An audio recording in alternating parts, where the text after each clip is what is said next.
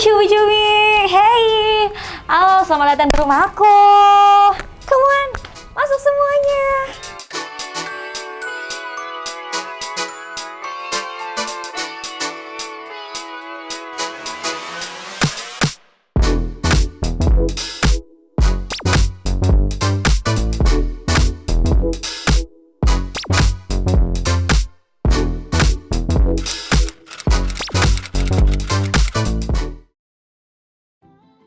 Oke, jadi kebetulan belum lama ini September kemarin itu aku meluncurkan sebuah album ya, album Kepastian, bukan single ya. Single mungkin aku sudah pernah di dangdut kemarin. Aku dengan adanya perjalananku di genre dangdut, sekarang aku meluncurkan album Kepastian ini mempunyai 10 lagu pop gitu. Jadi ya album Kepastian ini mempunyai arti tersendiri ya. Kenapa album Kepastian sih? Kenapa sih kepasti? Jadi harus benar-benar pasti untuk merubah genreku yang dulu ke genre yang sekarang gitu. Yang dulu di dangdut, sekarang di pop. Aku mempunyai soul tersendiri ya. Jadi memang dari lahir mungkin ya memang basicnya tuh di pop gitu. Kenapa dulu di dangdut sih? Karena mungkin banyak jobnya kali ya. Memang banyak jobnya waktu pada saat itu ya. Jadi mau nggak mau dulu kan band-band cafe gitu ya, keliling Indonesia, keliling Jakarta. Kafe-kafe mana sih yang nggak pernah aku injak gitu loh. Jadi ya udah, karena banyak job di mana-mana, akhirnya aku memutuskan disuruh juga ya udah bikin single dangdut. Oke deh, ya udah single dangdut. Akhirnya ke single-single berikutnya, tawaran-tawaran untuk bikin single-single yang lainnya juga. Ya abis itu karena memang bukan ngesolnya di sana ya, juga disuruh goyang juga kayaknya nggak greget gitu ya. Kenapa, ada apa sih? Kenapa kok kayaknya kamu susah banget nih ya disuruh untuk joget ya, disuruh binal-binal gitu ya, mungkin udah binal sendiri kali ya ya orangnya atau gimana. Enggak, memang karena mungkin soalnya nggak di situ gitu, nggak di dangdut gitu. Jadi memang di dangdut itu Arlin menciptakan yang elegan aja sih gitu, biasa aja gitu. Ya udah nyanyi ya seperti inilah gitu.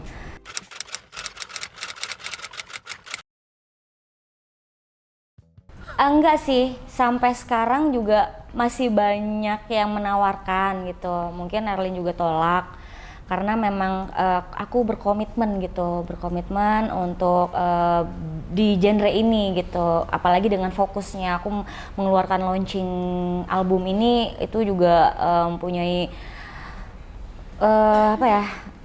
Yang nggak bisa harus bener-bener apa? Dipersiapkan matang-matang gitu. Jadi nggak boleh apa namanya, kita merubah lagi, berkomitmen dengan adanya genre ini gitu.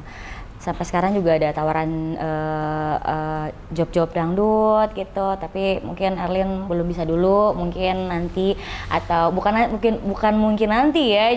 Biasanya sih kalau job pop atau apa pasti juga ada kok nanti yang akan aku nyanyikan, aku persembahkan gitu sih. Gitu. Enggak, sayang sih ya kalau misalnya kita ngomong pundi ya, cuman enggak sih, nggak apa-apa karena rezeki mah ngalir aja terus, dicari aja terus ya. Apabila kita sudah memastikan untuk kita di sini, ya udah kita mencari di jalur pundi-pundi itu sendiri gitu.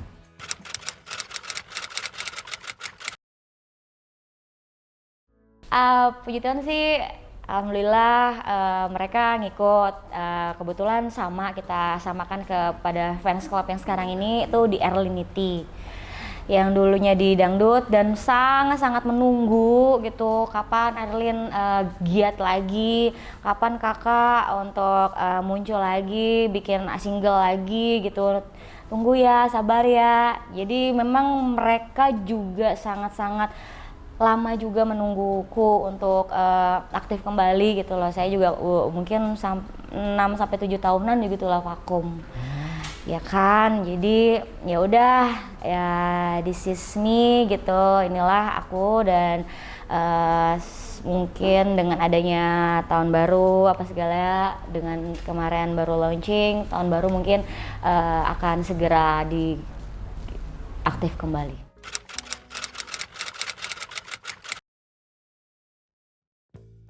Hijrah ke Jakarta, terus merantau ke Jakarta dari lulus sekolah sampai ya dulu tuh hidup susah, hidup apa, ngekos apa, bener-bener mau ngeband gitu, ngamen gitu ya sama teman-teman ke cafe to cafe, city by city, kemana-mana. Jadi kita ngerasain lah merihnya kita, berjuangnya kita gitu. Sampai titik ini apalagi pandemi kemarin itu tuh kita ngelihat gitu bahwa mereka itu benar-benar sangat prihatin sekali gitu dengan adanya contoh ya gaji mereka di kafe berapa sih gitu yang enggak naiknya gitu, mereka mau gratis aja mereka mau loh gitu. Ya pengen juga sih membuat suatu gimana dengan adanya presiden baru sekarang ini ya, dengan pemerintahan sekarang ini. Erlin pengen itu mungkin dengan Pak Sandi ya atau Bapak Menteri ini untuk bisa melihat bagaimana kami sebagai para seniman ini untuk bisa bangkit dengan adanya pemasukan, mungkin adanya ya ART aja bisa mempunyai ini ya gaji tetap, mungkin mereka di kafe atau dimanapun bisa mempunyai suatu minimal maksimalnya lah untuk pemasukan mereka gitu. Itu dalam segi kerja loh ya, belum dari segi kita untuk mengeksplor diri kita ke industri musik yang dimana kita harus mengeluarkan banyak uang ya atau apa, bagaimana caranya kita kemas, kita berdayakan gitu supaya tidak terlalu apa-apa uang gitu.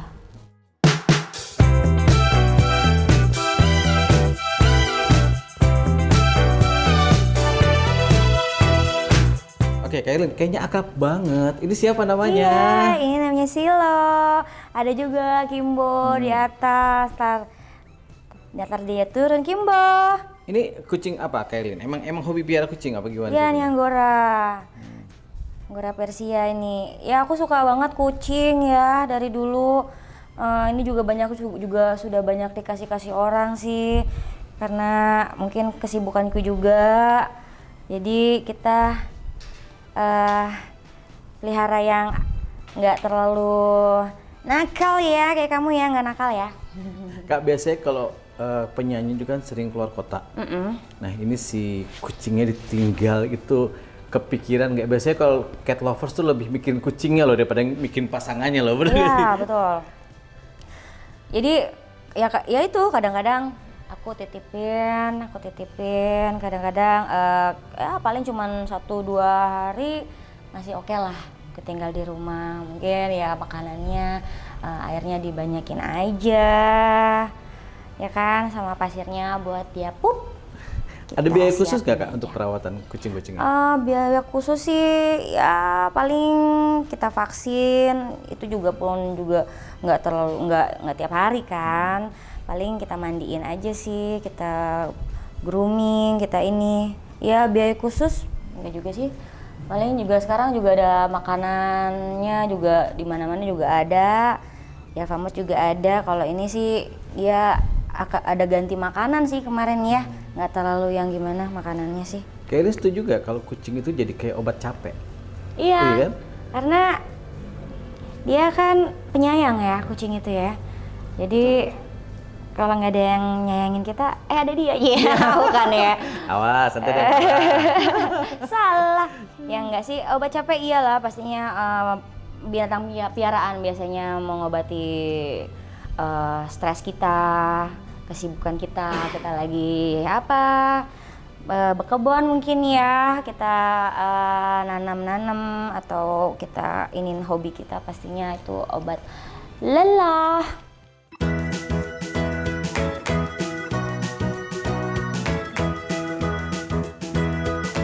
Kak Erlin, ini Ya. ada barisan baju-baju yang mengkilat-mengkilat. Kayaknya Ya. kalau di pop nggak jarang-jarang yang begini deh. Ini bisa Bling-bling cerita ya. nggak? Bisa cerita nggak ini apa nih baju-baju zaman apa ini ceritanya? Jadi lemari aku nggak cukup, jadinya aku taruh baju-baju aku yang bekas nyanyi-nyanyi dangdut dulu ya. Ya udah nih aku taruh-taruh di sini. Ya mungkin ada yang mau atau nanti mungkin mau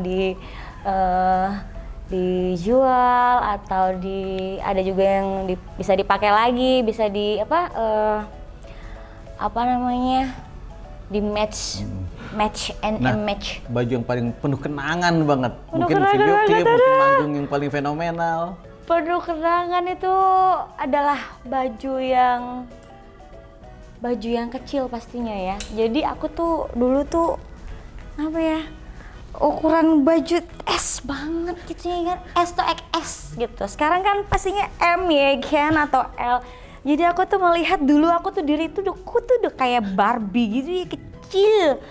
Ya kan, ampun deh kalau ngeliat baju-baju zaman baheula gitu ya. Ya kan, tuh kecil-kecil, rumbai-rumbai, udah pernah tuh. Ya kan. Ini rata-rata Kak Erlin beli jadi atau pesan di desainer atau desain Kebanyakan sendiri? sih kalau dangdut tuh bikin. Oke. Kalau apa namanya, beli jadi pun juga ya nggak sesuai dengan apa yang kita mau panjangnya. Ini juga ada, nih aku pernah kan ada syuting di itu juga pakai ini. The Barbies, dulu aku duo gitu ya. Jadi duo, mana satunya ya? Ada satunya. Ini dulu kenangan juga waktu aku punya duo. Sayang banget itu nggak dijalanin ya. Duo Barbie. Duo Barbies. Gitu. Ya mungkin ada duo Barbies selanjutnya ya kan, yang akan kita produkkan ya kan. Nah terus baju-baju masih segini banyak, nanti mau dikemanain Kak? Ya kayak gini kan dulu kan dangdut dulu Bu, ya ampun. Hihi. Riha. Gitu. Dangdut banget. Dikemanain? Ya. Mungkin di museum kan bisa juga. Mungkin ada yang mau juga. Boleh, mungkin ya bisa dijual mungkin. Sayang ya kalau dijual, mending aku simpan aja gitu. Suka aja gitu aku punya galeri sendiri, kenang-kenangan gitu. Iya kan? Tuh. Ya ampun, dangdut banget. Nah, Sekarang, terus kalau sekarang itu mungkin ini kemarin aku waktu pakai yang aku launching kemarin tuh, mungkin sekarang tuh lebih seperti ini sih, lebih kepada elegan gitu ya, panjang, nggak banyak ininya. Kalau ngepop itu mah sekarang pakai baju kasual aja jadi, kan? berarti Kak Erlin udah menyiapkan diri baju-baju buat ngepop nanti ya kira-kira ya? Iyalah, pastinya kalau yang pop di dalam. Kalau yang ini yang gebiar-gebiar, yang ala-ala berlambai-lambai.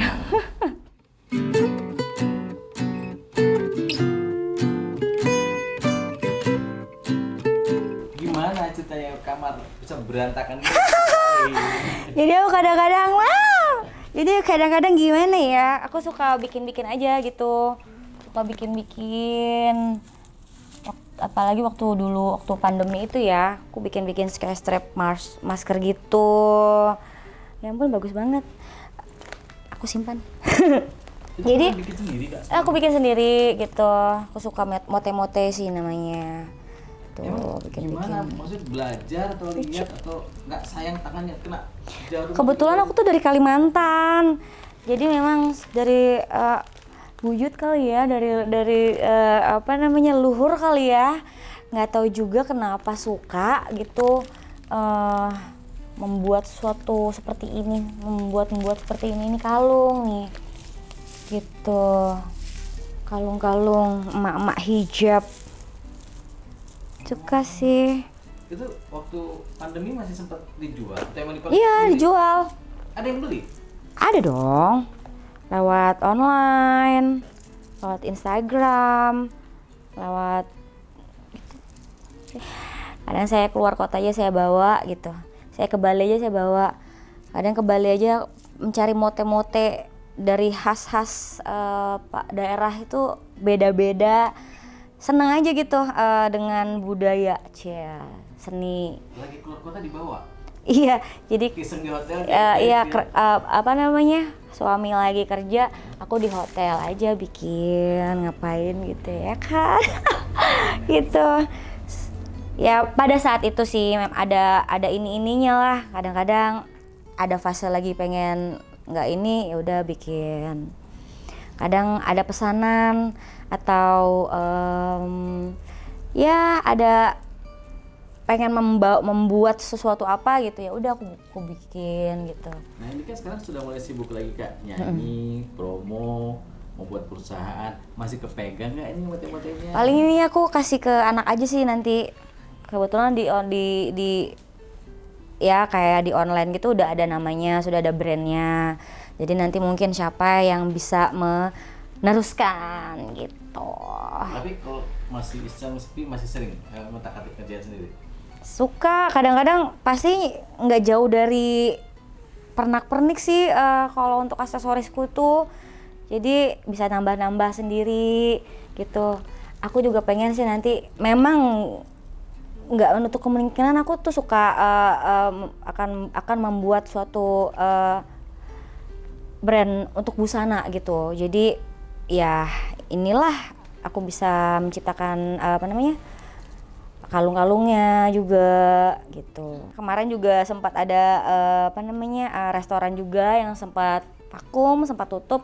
Jadi ya pastinya akan menuju ke sana juga gitu loh.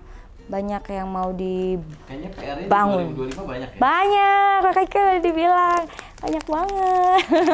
Kalau satu kerjaannya nggak selesai terpikiran. Pastinya dong, kalau kita sendiri mah kita botak. Jadi kita butuh, bukan tukar pikiran sih, tapi butuh uang yang banyak. Selagi ada banyak uang pasti semua akan terwujud. Cuman kita bisa mencari tukar pikiran juga bersama orang-orang, mungkin buka apa yang bisa cepat lakunya, cepat suksesnya. Jadi nggak hanya buka toko terus tutup gitu kan, jangan sampai seperti itu karena cari uang itu susah. Nah, tadi Kak Eli ternyata bukan cuma penyanyi loh, bisnis juga banyak, PR-nya masih banyak. Apa pesan yang mau sampaikan? Pesanku adalah jangan patah semangat, jangan selalu berkarya terus, selalu nabung, jangan lupa. Jangan menghabiskan waktu yang nggak berguna, ya kan? Yang pastinya selalu berkarya, membuat apa saja gitu. Pastinya untuk kelangsungan hidupmu akan datang.